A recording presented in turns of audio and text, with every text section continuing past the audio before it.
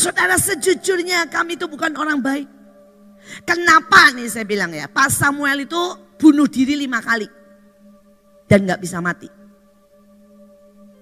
Saudara sudah minum, jangan bilang saudara ya dia tidak merasakan akibatnya, merasakan. Beberapa kali dia sering buang-buang air darah dan sebagainya, tapi gak bisa mati saudara. Saudara itu sudah minum baygon, minum racun tikus, motong nadinya. Wis komplit saudara. Yang berbahagia ialah mereka yang mendengarkan firman Allah dan yang memeliharanya. Saudara, penjaga bangsa punya saudara. Sangat dihargai Tuhan. Punya otoritas. Punya kekuatan. Punya saudara ya, hak untuk menentukan bahkan bersama-sama Tuhan. Saudara, saya sudah melihat dalam seluruh perjalanan. Setiap kali ada apapun saudara ya, Tuhan bilang begini, nak, menurutmu bagaimana? Ingat, hari itu Tuhan mau menghabisi Sodom dan Gomora. Loh, kalau Tuhan mau menghabisi Sodom dan Gomora, perlu minta izin gak sih? Enggak. Tapi kenyataannya Tuhan minta izin gak? Iya. Tuhan minta izin sama siapa? Tuhan minta izin sama siapa? Abraham. Why? Satu, karena Abraham inner circle-nya Tuhan. Sampai disebut sahabat Allah. Yang kedua, karena Abraham adalah penjaga bangsa. Seberapa banyak saudara bisa berkata, Tuhan, aku ini mau jadi penjaga bangsa. Saudara, kemarin ada puting beliung sampai stadion di Bandung hancur, saudara. Saudara, di Ambon, saudara, waktu itu ada gempa bumi. Sampai saudara ya, hampir kena. Why? Kurang penjaga bangsa. Saudara, kemarin pada waktu kita di Great Destiny, Bu Nani melihat Tuhan tunjukkan bahwa akan ada gempa, akan ada tsunami, akan ada belahan-belahan di tanah yang mengeluarkan binatang. Saudara, akan ada sampar, akan ada penyakit yang susah disembuhkan. Dan Tuhan berkata itu semuanya cuma bisa ditunda. Tapi Tuhan bilang sama saya, tergantung penjaga bangsa. Saudara, kalau saudara nunda itu bisa. Tunda setahun, bulan depan tunda lagi setahun, bulan depan tunda lagi setahun. Sampai ditunda, sampai kita diangkat di awan-awan. Bisa enggak? Bisa, kenapa tidak? Sekali lagi tergantung apa? Penjaga bangsa. Seberapa saudara bisa berjaga buat daerah saudara? Seberapa saudara berjaga saudara untuk keluargamu? Seberapa saudara berjaga buat perusahaanmu? Buat gerejamu? Buat pelayananmu? Buat kerohanianmu? Itu menentukan nasib orang lain maupun kita. Saudara bisa di bawah, tapi saudara bisa naikkan tinggi. Tapi yang di atas, saudara bisa dibanting ke bawah. Tergantung penjaga bangsa. Saudara, setiap kali Tuhan bilang sama saya, mau ada puting beliung masuk Bekasi. Saudara, dan Tuhan bilang langsung urapi. Saudara, hari itu kami langsung urapi saudara. Dan itu aneh saudara. Itu puting beliung benar-benar datang. Saudara, sampai yang namanya saudara ya, itu yang namanya papan reklame. Bayangin saudara, papan reklame. Itu muter begini saudara. Papan reklame loh saudara. Billboard itu loh yang gede-gede itu.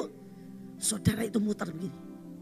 Tapi yang aneh, tidak ada satupun saudara yang tumbang. Tidak ada satupun saudara rumah yang atapnya copot. Tidak ada satupun kecelakaan. Lu muter loh saudara. Karena apa?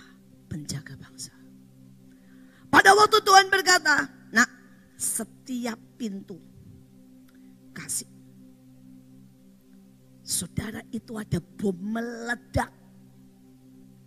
Persis di mana? Di situ. Tapi yang aneh, itu bom panci. Sampai saudara yang namanya paku nyebar di mana-mana. Tapi sekali lagi yang aneh, saudara yang tangannya putus, benar-benar putus, cuma yang bawa bom. Tapi tidak ada satu orang pun yang kena. Luka aja nggak ada. Rusak juga enggak. Saudara yang rusak cuma apa? Sepeda yang bawa. Wah, ada penjaga bangsa. Kalau saudara baca ya, berkali-kali orang nyediain terakhir 50 saudara kilogram saudara bom untuk istana. Ketahuan. Sekali lagi kenapa? Ada penjaga bangsa. Saudara, ada cerita tentang James Bond. Saudara mengerti? Wah, di sini kurang baca koran. Ada James Bond, tapi sekarang ada lagi namanya James I. Bond. Nah, saudara ngerti nggak? Kalau nggak ngerti baca koran dikit ya. Karena penjaga bangsa harus baca koran, saudara. Saudara bayangkan ya, yang diselamatkan, saudara, itu mungkin total sekitar 1 triliun. Saudara dari James I. Bond, saudara ya. Sekali lagi, why? Kok bisa ada yang iseng salah kirim? Kok bisa ada yang ngecek? Kok ada yang berani post? Karena ada penjaga bangsa. Kejadiannya semua enggak, saudara, enggak masuk akal. Sampai semua rencana yang jahat batal. Karena ada penjaga bangsa. Saudara, hari-hari ini saya mau berkata, kalau saudara mau berdiri buat penjaga bangsa, saudara bisa gampang. Saudara pagi, saudara sapu bersih semuanya. Saudara, dan kemudian saudara aktifkan malaikat. Saudara, kemudian saudara ya ambil berkat, berkati bangsamu, berkati keluargamu. Saudara, kemanapun engkau pergi, kalau Tuhan gerakkan, saudara bisa kucurkan saudara ya anggur atau tumen. Saudara bisa, saudara, kalau saudara punya stiker nama-nama Tuhan, saudara tempel di tempat-tempat atas yang tersembunyi, dan saudara bilang di sini ada nama Tuhan, dan nama Tuhan akan terus menjaga seperti kota benteng yang kuat. Itu cuma hal simpel, tapi itu berdampak sangat ajaib. Saudara, hari itu ada seseorang naik, saudara ya, saudara, ada seseorang naik pesawat. Terus tiba-tiba itu saudara, pesawat itu wah saudara goyang. Pesawat itu tiba-tiba kayak jatuh naik saudara. Terus dia doa saudara, dia bilang gini, Tuhan. Dan itu sampai saudara pilotnya berkata, pesawat kita dalam masalah. Ya, satu mesinnya mati. Saudara, wah pokoknya semua udah panik sudah. Dia bilang mari kita semua berdoa. Tuhan ngomong begini, tenang. Ada di sini yang pakai batik profetik. Dan di dalam batiknya ada nama Tuhan. Tidak akan terjadi apa-apa. Saudara, dia berkata, bagaimana? Kenapa Tuhan cuma pakai baju, ada nama Tuhan, kok tidak terjadi apa-apa? Tuhan bilang, aku tidak akan membiarkan namaku dipermalukan. Dia pakai tulisannya gembala yang baik. Aku akan jadi gembala untuk seluruh kapal ini. Saudara, Dan dia nggak tahu, dia bilang amin, amin, amin. Akhirnya singkat cerita dengan satu mesin mati. Saudara turun dan saudara pelototin cari. Satu orang keluar. Pakai saudara baju profetik, tulisannya ada gembala yang baik. Saudara, dan dia bilang, Bu, itu ya di batik penting banget nama-nama Tuhan. Lumayan Bu, jaminan keselamatan. Saudara, ada banyak orang gak ngerti, saudara. Tapi seringkali hal sepele itu menentukan. Hari ini saya berdoa, jadilah penjaga bangsa. Amin. Jadilah penjaga bangsa. Kita teruskan. Saudara, sekali lagi, apa yang bisa membuat saudara masuk dalam sidang ilahi? Mazmur 89 ayat 7 berkata, Allah disegani dalam sidang dewan orang-orang kudus. Allah dahsyat, dipuja melebihi semua orang yang ada di sekelilingnya. Saudara, yang ketiga, saudara, untuk saudara bisa masuk dalam sidang ilahi, saudara itu harus jadi orang kudus. Apa itu orang kudus? Orang kudus adalah orang yang hidupnya ada dalam rencana Tuhan. Saudara, ada banyak orang yang berkata, ini kawinku, ini hidupku, ini mauku, ini rencanaku. Hidupnya gak pernah ada dalam rencana Tuhan. Tapi kalau saudara ini berkata, Tuhan, aku mau hidupku dalam rencana Tuhan, saudara itu akan jadi orang kudus. Dan kalau saudara pelajari Alkitab, janji untuk orang kudus itu ajaib sekali. Diberkati, ditinggikan, dimuliakan. Saudara ada di pelataran bahkan sampai tahta Tuhan. Nah, saudara, kalau saudara bilang Joshua, ya udahlah itu mah anak Bu Iin. Tapi saudara, saya mau bicara tentang salah satu saudara kesaksian tentang pemain keyboard saya, namanya Stanley. Kalau saudara lihat yang kecil-kecil pendek, saudara ya, Stanley. Saudara, dia itu bukan penggemar gadis hitam, saudara. Jadi nah hari itu saudara, dia lagi main, turun ketemu saya. Tiba-tiba Tuhan ngomong begini, suruh dia merit sama Vera, penari kita. Saudara, dan saya ngomong begini, Stanley, jodohmu itu Vera. Dia langsung ngomong gini, Bu, maaf ya Bu, saya nggak suka banget dia. Satu hitam, kedua dia liar, ketiga Bu, anaknya memang cekakak-cekiki gitu saudara ya. Saudara, dia bilang gitu, ketiga ya Bu, dia bilang Manado dengan Batak itu seringkali jeger. Ya enggak nyatu ya, kita beda suku. Saya bilang begini, kamu mau nurut Tuhan atau nurut seleramu? Ya Bu, saya tunggu. Saya doa. Saudara, tapi sekali lagi dia akhirnya bilang begini, ya Bu, saya taat. Yang ajaib, saya panggil saudara Vera dan saya bilang ini, Ver, kamu tahu nggak jodohmu itu Stanley? Dia bilang, tahu Bu. Terus saya bilang gini, kamu tahu dia nggak menyintaimu? Tahu Bu. Kamu tetap mau menikah? Siap Bu. Ya begitu saudara. Saudara, mereka itu menikah. Ya. Yang laki dengan santai ngomong begini loh, Fer, aku gak pernah menyintaimu ya. Jadi kamu harus tahu saya menikah cuma karena Tuhan.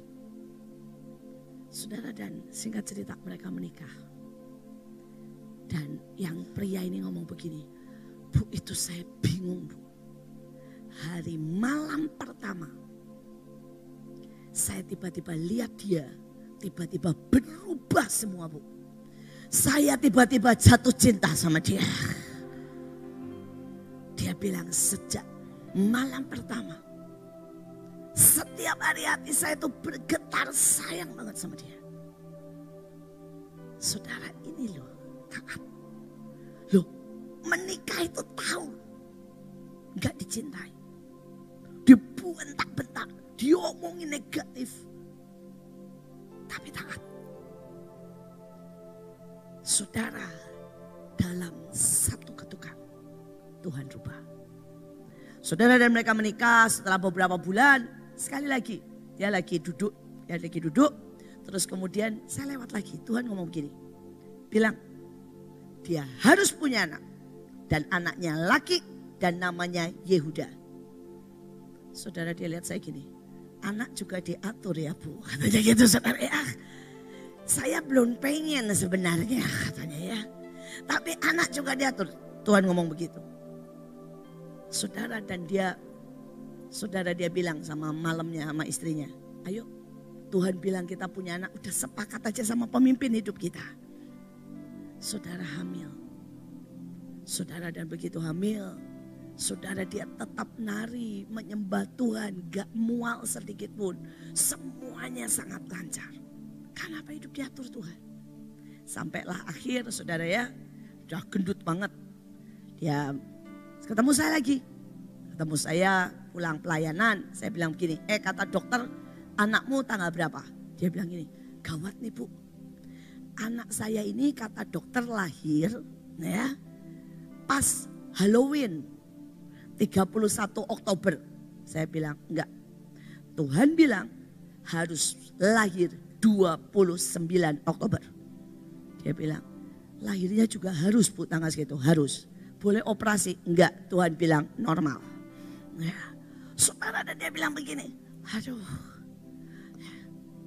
Kalau sama Tuhan itu kenapa ya diatur semuanya katanya.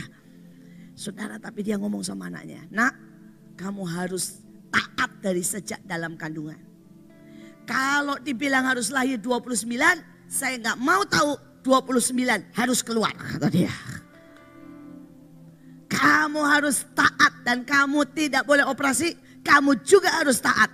Kamu harus keluar. Saudara, dan singkat cerita 29 saudara ya. Pembukaan 8 tetapi gak keluar-keluar saudara. Saudara, dan begitu dia bilang ini kenapa ya pembukaan 8 gak keluar-keluar. Tuhan bilang tenang aja karena dia itu BPJS. Jadi dia kena rumah sakit tertentu. Dan ternyata rumah sakit itu saudara adalah rumah sakit aliran keras. Anaknya gak mau keluar. Tapi pecah ketuban. Dan kemudian susternya itu tulis harus dirujuk ke rumah sakit besar. Dan dia rujuk saudara, Siloam. Saudara, dan Tuhan ngomong gini, ingat anak ini anakku. Tidak boleh lahir di tempat seperti itu. Harus lahir di Siloam. Tanda kesembuhan dan lawatan.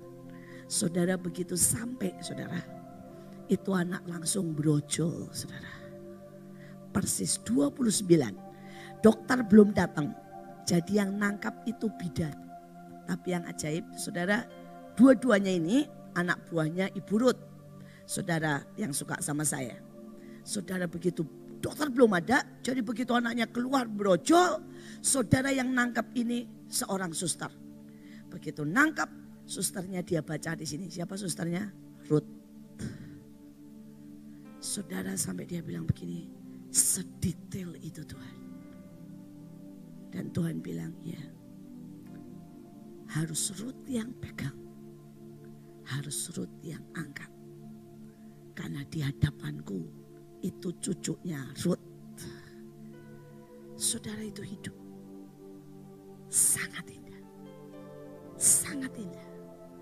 Kalau saudara ditetapkan langkah demi langkah.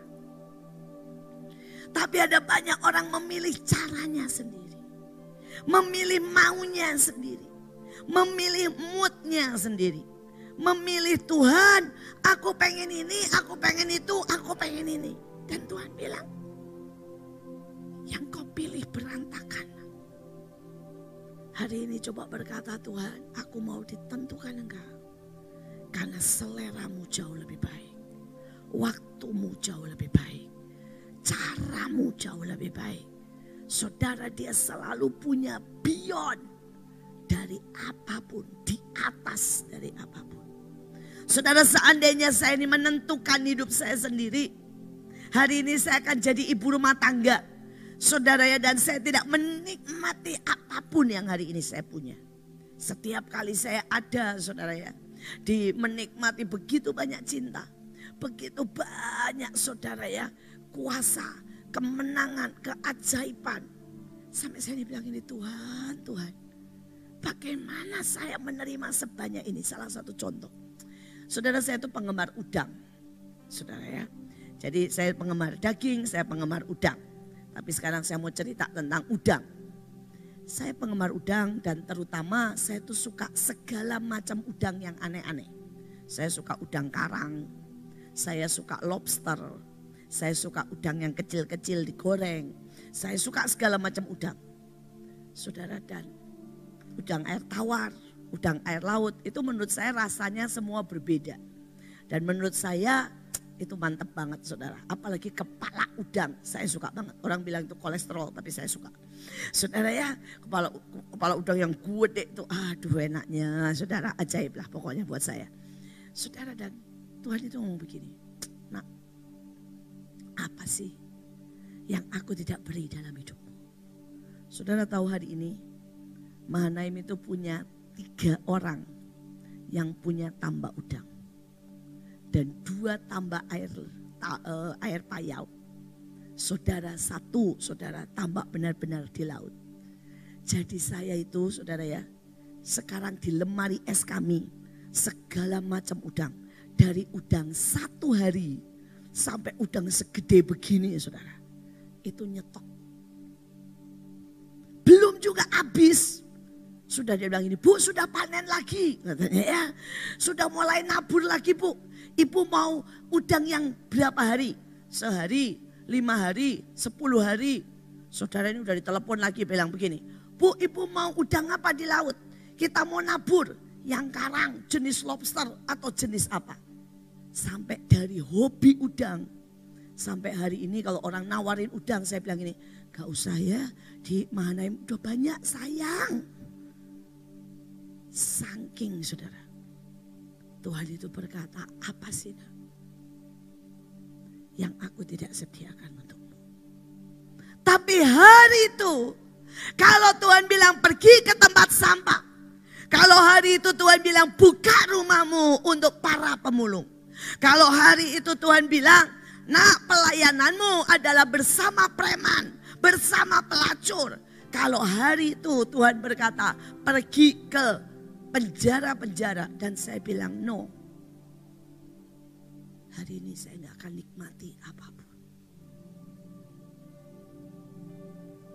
Tapi karena hari itu, waktu Tuhan bilang pergi ke pemulung.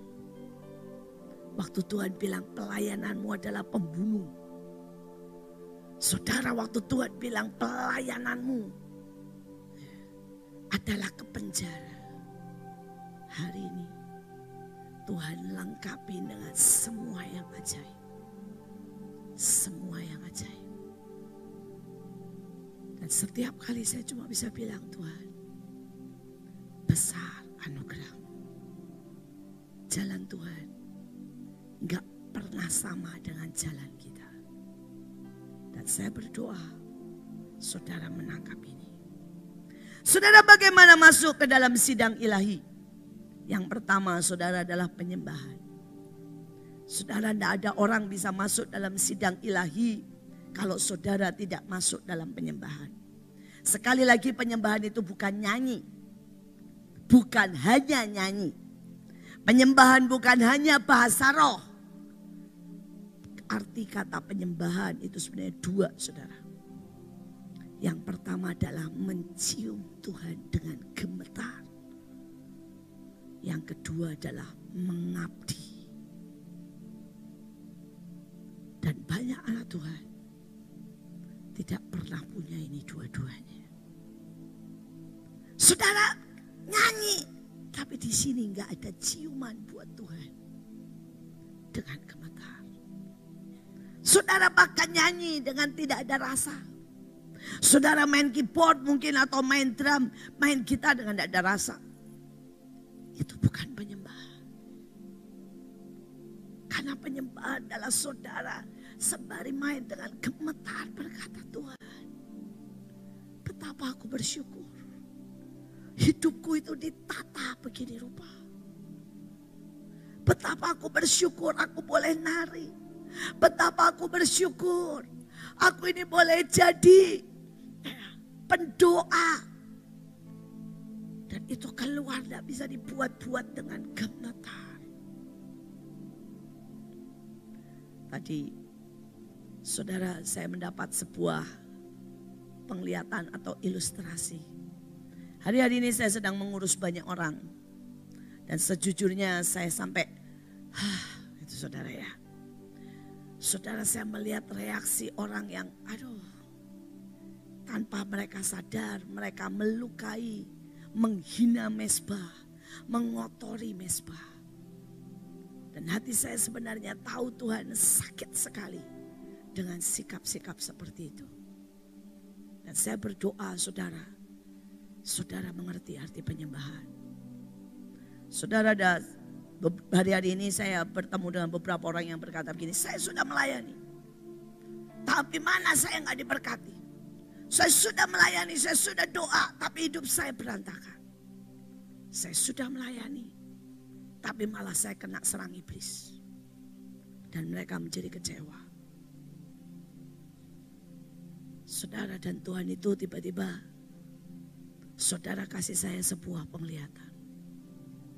Saudara, Tuhan kasih lihat, ada Maria Magdalena. Saudara, yang dia nangis dan berkata, thank you Lord.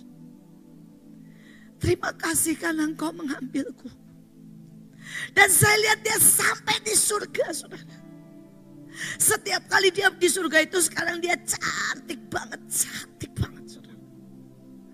Saudara, dan dia setiap kali dia nari dengan berkata, Tuhan terima kasih. Kalau Engkau tidak ambil hidupku, kalau Engkau tidak selamatkan aku, kalau Engkau tidak pakai aku sudah ada di neraka. Saudara, dan sampai hari ini saudara, setiap kali dia nyanyi, nyembah, setiap kali saudara itu seperti keluar bunga dari mulutnya. Dan setiap kali saudara, dia itu nunggu dia punya rumah saudara di surga. Sangat saudara indah.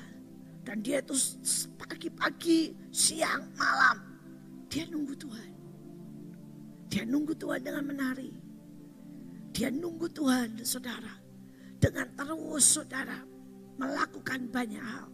Dan begitu dia dengar saudara, langkah yang dia cintai, dia langsung lari. Dan sampai hari ini dia menaikkan sebuah dupa, sebuah cinta, sebuah ucapan syukur.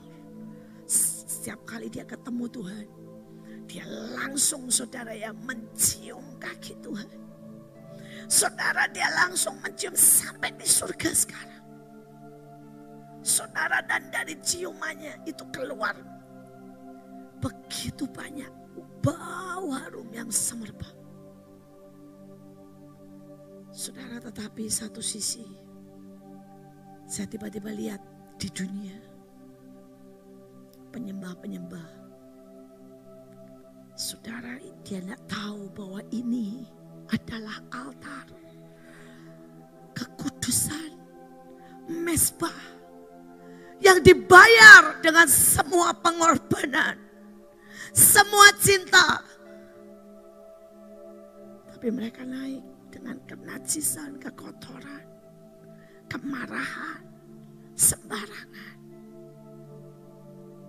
Dan mereka naik saudara dengan syukur.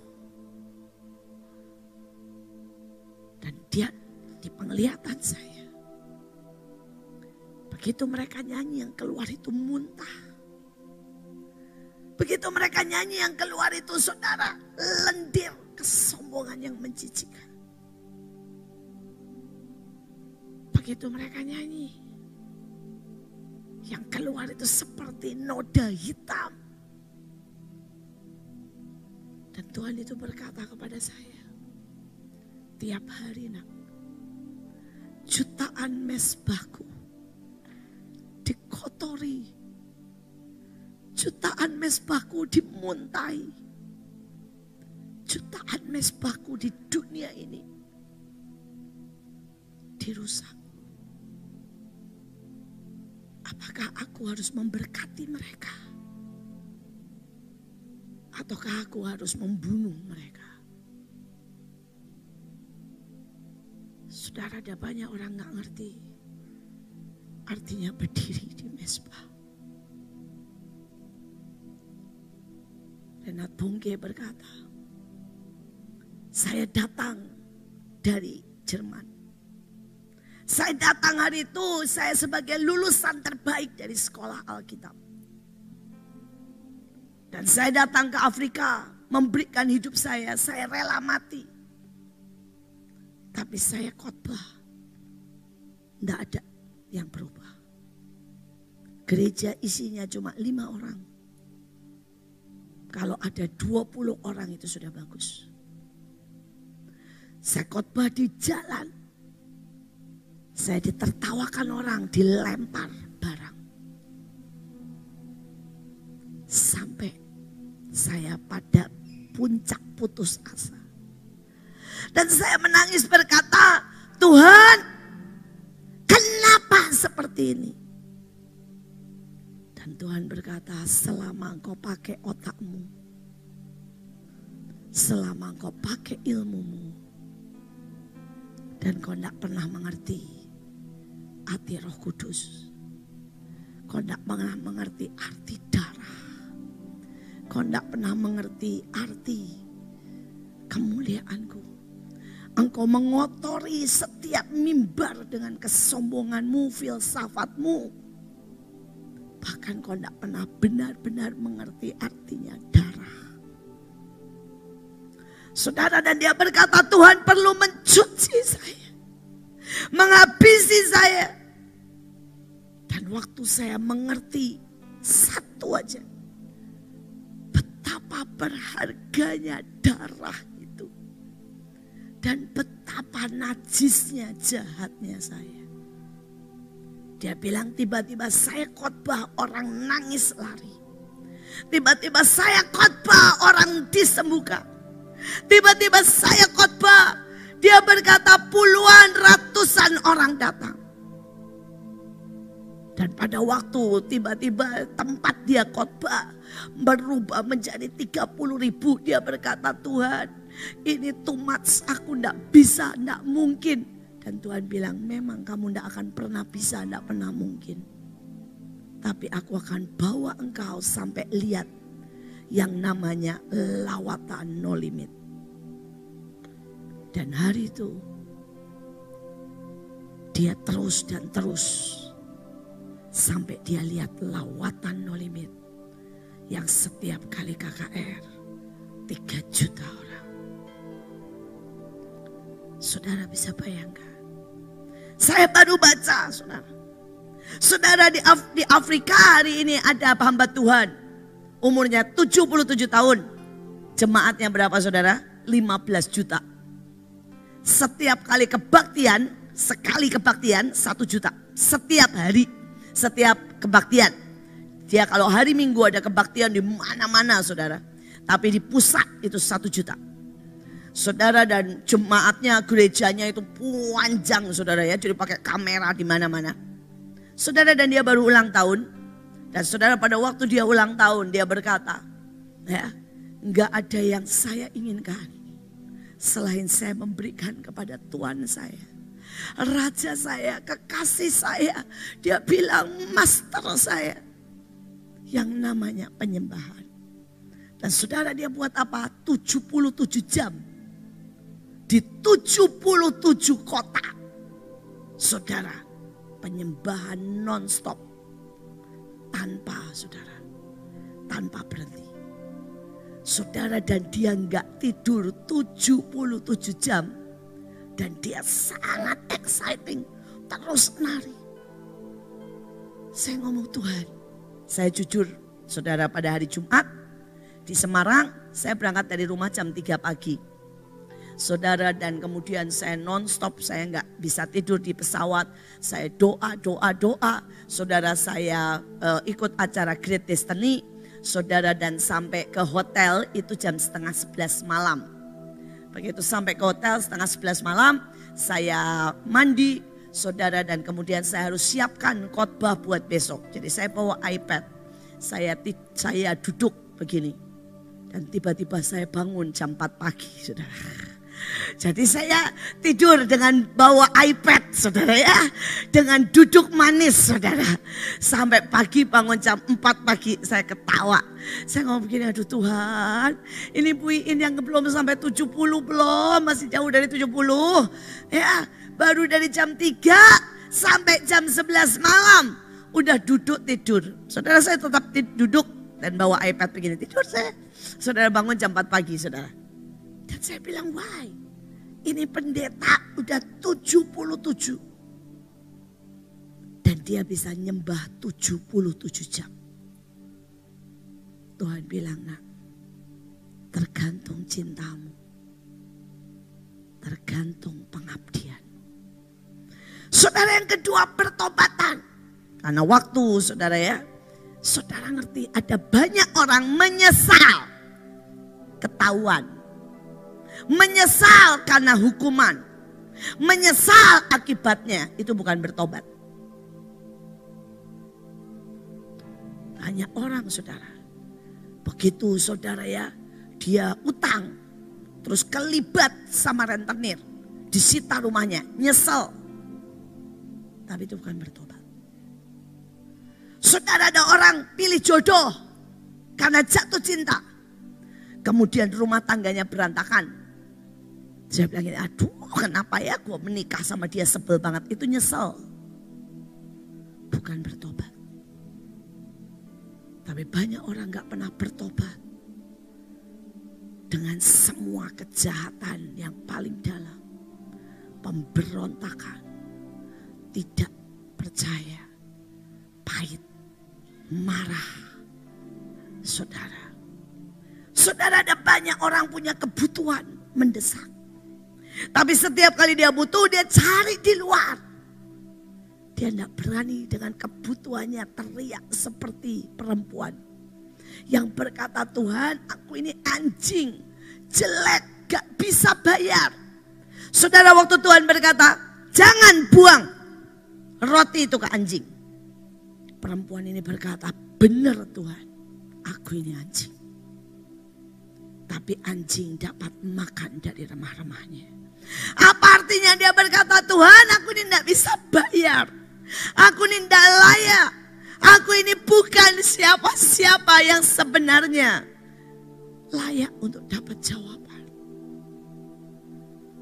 Tapi ya karena itulah Tuhan belas kasihani. Dan setiap kali ada orang yang bisa menyentuh, maka jawaban itu langsung. Saudara, dan berapa banyak saudara bisa merendahkan hati. Rendah hati bukan rendah diri yang bilang, ayo mimpin pujian. Gak bisa, gak bisa. Tapi rendah hati adalah ngerti siapa dirinya. Saya berdoa, itulah orang yang bisa masuk dalam sidang ilahi. Dan bagaimana saudara bisa menang dalam sidang ilahi? Saudara, yang pertama adalah ajukan perjanjian. Saudara, hari itu saudara satu kota dikepung Raja Asyur. Dan saudara, tiba-tiba Tuhan berkata begini, baca yang kuning saja ya. Dan aku akan memagari kota itu dan menyelamatkan. Oleh karena aku, oleh karena Daud hambaku. Saudara, Daudnya sudah mati.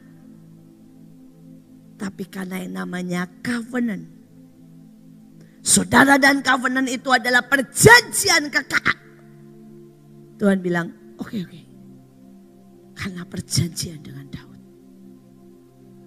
Saudara, berapa kali ya banyak orang yang tidak mengerti dan berpikir, Pak Yusak udah mati, kenapa dibawa-bawa? Covenant. Saudara, seumur hidup saya, karena saya anaknya, saya tahu persis Pak Yusak tuh ngomong begini. Jamin mereka Tuhan. Dan Tuhan selalu berkata, aku jamin anak-anakmu, cucumu. Saudara, sejujurnya kami itu bukan orang baik. Kenapa nih saya bilang ya, Pak Samuel itu bunuh diri 5 kali. Dan gak bisa mati. Saudara sudah minum, jangan bilang saudara ya dia tidak merasakan akibatnya, merasakan. Beberapa kali dia sering buang-buang air darah dan sebagainya. Tapi gak bisa mati saudara. Saudara itu sudah minum baygon, minum racun tikus, motong nadinya. Wis komplit saudara. Gak mati. Why? Covenant. Saya suka ngomong sama Pak Samuel, ngomong begini, lu tuh goblok sih. Kamu tuh gak bisa mati, persoalannya dengan nurut Tuhan.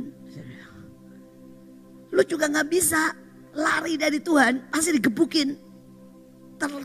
Terlanjur, kita udah dimasukin perjanjian. Jadi lebih baik taat.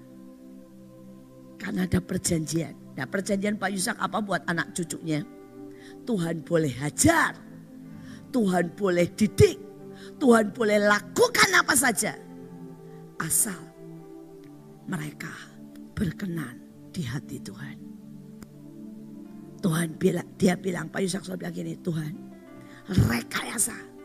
Mau digebukin kayak apapun, diambil semuanya boleh. Asal mereka berkenan di hatimu. Karena itu saudara, saya bilang sama Pak Samuel, matanglah kita, percayalah. Kita begitu keluar pasti kena sabet. Kita nggak nurut, kena potong. Mendingan nurut. Kita ini udah kena perjanjian.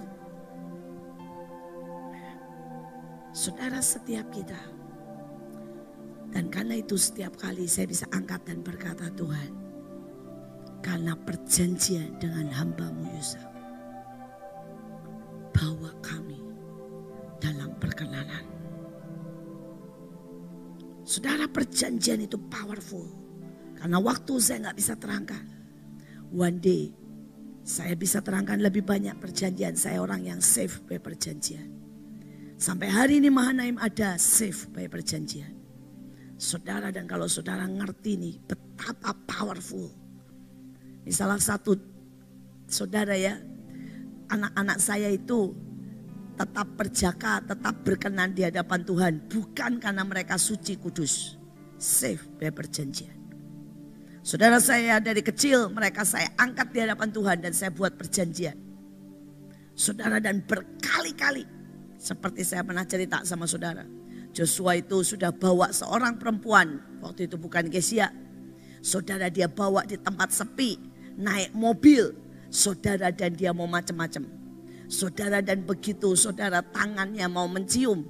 Saudara dia sudah mau buka-buka baju. Saudara ya perempuan itu mau dikerjain. Itu di tempat sepi loh. Mobil tiba-tiba ditabrak sama motor. Jadi saudara dia keluar. Ada motor belajar di tempat itu. Dan aneh saudara nabrak mobilnya. Dia keluar. Orangnya bilang gini, maaf ya pak, lari. Terus dia bilang ini, hilang semua. Tuhan ngomong begini, gak bisa. Kemana engkau harus pergi? Pulang. Dia bilang gawat. Saudara dia pindah ke tempat gedung bioskop. Dia ambil yang jam 12 siang. Film yang paling jelek. Supaya dia bisa macam-macam. Saudara begitu dia mau macam-macam. Tiba-tiba di belakang bisa ngomong gini. Jos, dia noleh. Ada gurunya di situ. Saudara dan dia bilang, kemana aku harus pergi? Saudara, kalau saudara dengar apa yang mereka buat, mereka itu safe by perjanjian. Enggak pernah karena kebaikannya.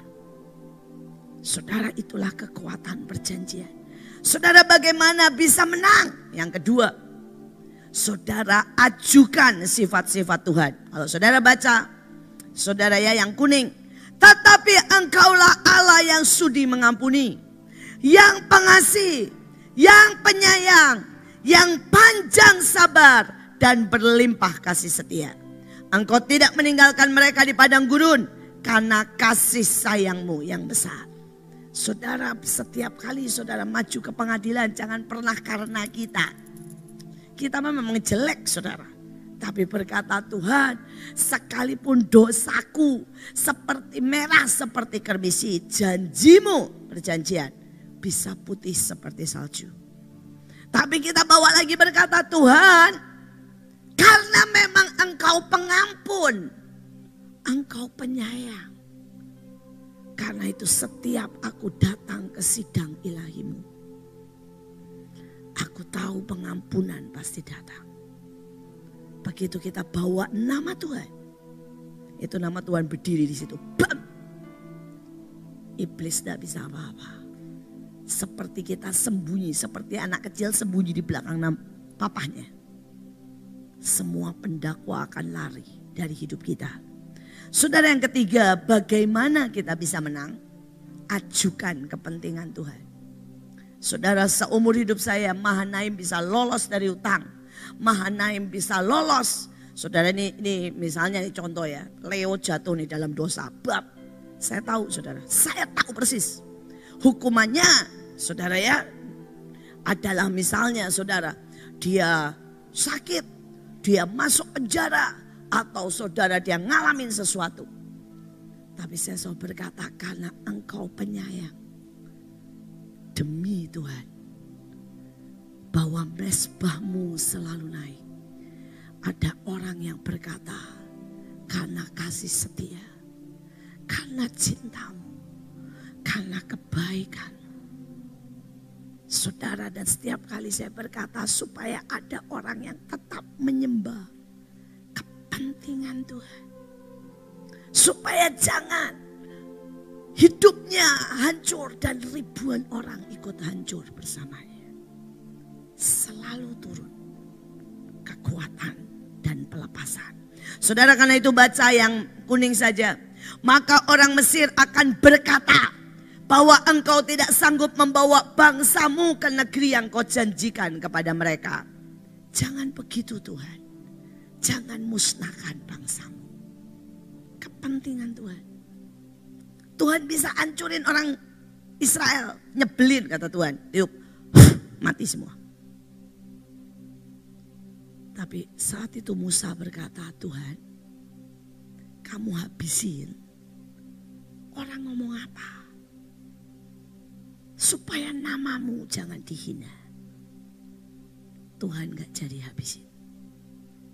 Setiap kali saudara Indonesia dalam masalah, saya bilang, Tuhan, gerbang timur loh Tuhan. Demi kepentingan lawatan, tolong ampuni. Saudara belajar maju ke pengadilan bukan karena kita, tapi karena kepentingan Tuhan. Terakhir saudara, ya, saudara bagaimana menang? Saudara terakhir saudara ya, lihat sekali lagi kepentingan Tuhan, supaya segala kerajaan di bumi mengetahui bahwa hanya Engkau sendirilah Allah. Saudara, artinya untuk kemuliaan Tuhan. Kalau engkau mengajukan sidang ilahi demi kemuliaan Tuhan, maka saudara akan lihat hidupmu akan diubahkan, hidupmu akan dimuliakan, hidupmu akan tiba-tiba mengalami sesuatu perbedaan. Saudara, dalam hidup saya tahu saya tidak pernah berdiri karena kebaikan saya. Saya tidak pernah berdiri saudara karena saudara kemampuan saya. Tapi sekali lagi saya berdiri karena kepentingan Tuhan. Amsal pasal 13. Anak yang bijak mendengarkan didikan ayahnya, tetapi seorang pencemooh tidak mendengarkan hardikan. Dari buah mulutnya seseorang akan makan yang baik, tetapi nafsu seorang pengkhianat ialah melakukan kelaliman. Siapa menjaga mulutnya, memelihara nyawanya. Siapa yang lebar bibir akan ditimpa kebinasaan. Hati si pemalas penuh keinginan, tetapi sia-sia. Sedangkan hati orang rajin diberi kelimpahan. Orang benar benci kepada dusta, tetapi orang fasik memalukan dan memburukkan diri. Kebenaran menjaga orang yang saleh jalannya, tetapi kefasikan mencelakakan orang berdosa. Ada orang yang berlagak kaya, tetapi tidak mempunyai apa-apa. Ada pula yang berpura-pura miskin, tetapi hartanya banyak. Kekayaan adalah tebusan nyawa seseorang, tetapi orang miskin tidak akan mendengar ancaman. Terang orang benar bercahaya gemilang, sedangkan pelita orang fasik padam. Keangkuhan hanya menimbulkan pertengkaran, tetapi mereka yang mendengarkan nasihat mempunyai hikmat. Harta yang cepat diperoleh akan berkurang, tetapi siapa mengumpulkan sedikit demi sedikit menjadi kaya. Harapan yang tertunda menyedihkan hati, tetapi keinginan yang terpenuhi adalah pohon kehidupan. Siapa meremehkan firman, ia akan menanggung akibatnya, tetapi siapa taat kepada perintah akan menerima balasan. Ajaran orang bijak adalah sumber kehidupan, sehingga orang terhindar dari jerat-jerat maut. Akal budi yang baik mendatangkan karunia, tetapi jalan pengkhianat-pengkhianat mencelakakan mereka. Orang cerdik bertindak dengan pengetahuan, tetapi orang bebal membeberkan kebodohan. Utusan orang fasik menjerumuskan orang ke dalam celaka, tetapi duta yang setia mendatangkan kesembuhan. Kemiskinan dan cemooh menimpa orang yang mengabaikan didikan, tetapi siapa mengindahkan teguran, ia dihormati. Keinginan yang terlaksana menyenangkan hati, menghindari kejahatan adalah kekejian bagi orang bebal. Siapa bergaul dengan orang bijak menjadi bijak, tetapi siapa berteman dengan orang bebal menjadi malang. Orang berdosa dikejar oleh malapetaka, tetapi ia membalas orang benar dengan kebahagiaan. Orang baik meninggalkan warisan bagi anak cucunya, tetapi kekayaan orang berdosa disimpan bagi orang benar.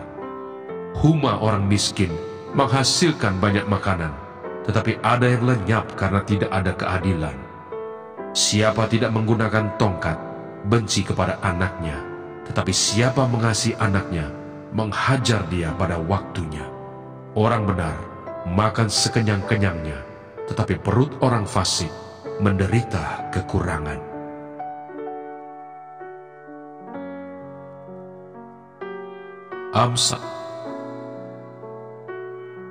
Amsal pasal 14. Perempuan yang bijak mendirikan rumahnya, tetapi yang bodoh meruntuhkannya dengan tangannya sendiri. Siapa berjalan dengan jujur, takut akan Tuhan, tetapi orang yang sesat jalannya menghina Dia. Di dalam mulut orang bodoh ada rotan untuk punggungnya, tetapi orang bijak dipelihara oleh bibirnya. Kalau tidak ada lembu, juga tidak ada gandum, tetapi dengan kekuatan sapi banyaklah hasil. Saksi yang setia tidak berbohong, tetapi siapa menyembur-nyemburkan kebohongan adalah saksi dusta. Si pencemooh mencari hikmat, tetapi sia-sia. Sedangkan bagi orang berpengertian, pengetahuan mudah diperoleh. Jauhilah orang bebal, karena pengetahuan tidak kau dapati dari bibirnya. Mengerti jalannya sendiri adalah hikmat orang cerdik, tetapi orang bebal ditipu oleh kebodohannya. Orang bodoh mencemoohkan korban tebusan, tetapi orang jujur saling menunjukkan kebaikan. Hati mengenal kepedihannya sendiri, dan orang lain tidak dapat turut merasakan kesenangannya. Rumah orang fasik akan musnah, tetapi kemah orang jujur akan mekar. Ada jalan yang disangka orang lurus, tetapi ujungnya menuju maut. Di dalam tertawa pun hati dapat merana, dan kesukaan dapat berakhir dengan kedukaan.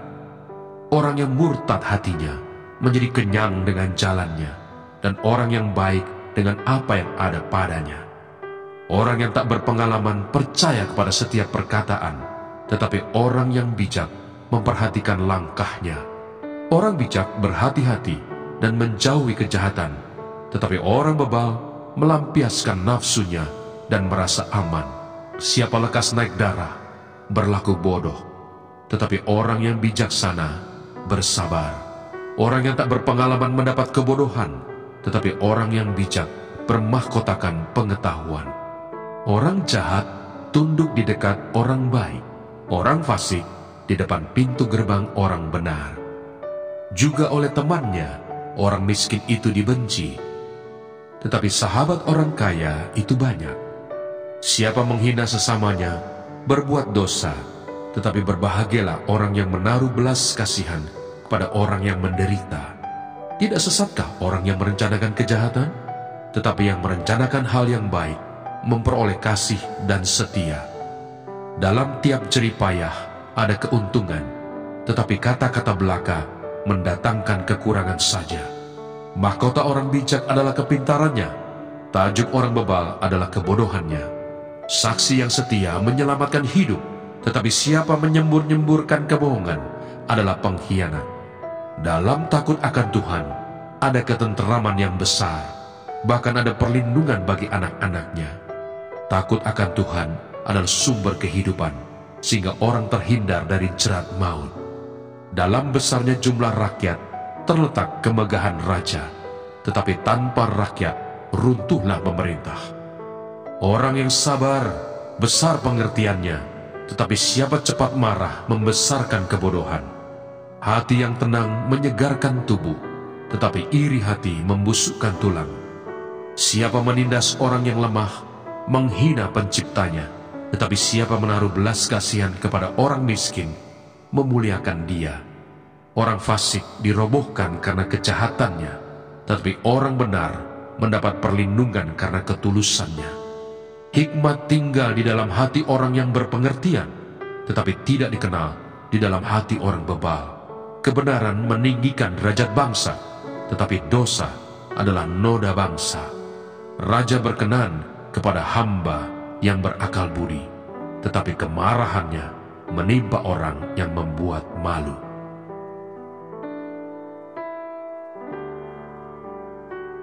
Amsal pasal 15.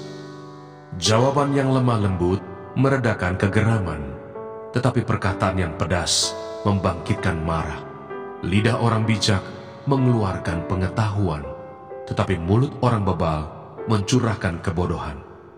Mata Tuhan ada di segala tempat, mengawasi orang jahat dan orang baik. Lidah lembut adalah pohon kehidupan, tetapi lidah curang melukai hati. Orang bodoh menolak didikan ayahnya, tetapi siapa mengindahkan teguran adalah bijak. Di rumah orang benar ada banyak harta benda, tetapi penghasilan orang fasik membawa kerusakan. Bibir orang bijak menaburkan pengetahuan, tetapi hati orang bebal tidak jujur. Korban orang fasik adalah kekejian bagi Tuhan, tetapi doa orang jujur dikenannya. Jalan orang fasik adalah kekejian bagi Tuhan, tetapi siapa mengejar kebenaran dikasihinya. Didikan yang keras adalah bagi orang yang meninggalkan jalan yang benar, dan siapa benci kepada teguran akan mati. Dunia orang mati dan kebinasaan terbuka di hadapan Tuhan, lebih-lebih hati anak manusia. Si pencemooh tidak suka ditegur orang, ia tidak mau pergi kepada orang bijak. Hati yang gembira membuat muka berseri-seri, tetapi kepedihan hati mematahkan semangat. Hati orang berpengertian mencari pengetahuan, tetapi mulut orang bebal sibuk dengan kebodohan. Hari orang berkesusahan buruk semuanya, tetapi orang yang gembira hatinya selalu berpesta. Lebih baik sedikit barang dengan disertai takut akan Tuhan, daripada banyak harta dengan disertai kecemasan. Lebih baik sepiring sayur dengan kasih, daripada lembu tambun dengan kebencian. Si pemarah membangkitkan pertengkaran, tetapi orang yang sabar memadamkan perbantahan. Jalan si pemalas seperti pagar duri, tetapi jalan orang jujur adalah rata. Anak yang bijak menggembirakan ayahnya, tetapi orang yang bebal menghina ibunya. Kebodohan adalah kesukaan bagi yang tidak berakal budi, tetapi orang yang pandai berjalan lurus. Rancangan gagal kalau tidak ada pertimbangan, tapi terlaksana kalau penasihat banyak. Seseorang bersuka cita karena jawaban yang diberikannya, dan alangkah baiknya perkataan yang tepat pada waktunya. Jalan kehidupan orang yang berakal budi menuju ke atas, supaya ia menjauhi dunia orang mati di bawah. Rumah orang congkak dirombak Tuhan, tetapi batas tanah seorang janda dijadikannya tetap. Rancangan orang jahat adalah kekejian bagi Tuhan, tetapi perkataan yang ramah itu suci. Siapa loba akan keuntungan gelap mengacaukan rumah tangganya, tetapi siapa membenci suap akan hidup. Hati orang benar menimbang-nimbang jawabannya, tetapi mulut orang fasik mencurahkan hal-hal yang jahat. Tuhan itu jauh daripada orang fasik, tetapi doa orang benar didengarnya. Mata yang bersinar-sinar menyukakan hati, dan kabar yang baik menyegarkan tulang. Orang yang mengarahkan telinga kepada teguran yang membawa kepada kehidupan akan tinggal di tengah-tengah orang bijak. Siapa mengabaikan didikan membuang dirinya sendiri, tetapi siapa mendengarkan teguran memperoleh akal budi. Takut akan Tuhan adalah didikan yang mendatangkan hikmat, dan kerendahan hati mendahului kehormatan. Yang berbahagia ialah mereka yang mendengarkan firman Allah dan yang memeliharanya.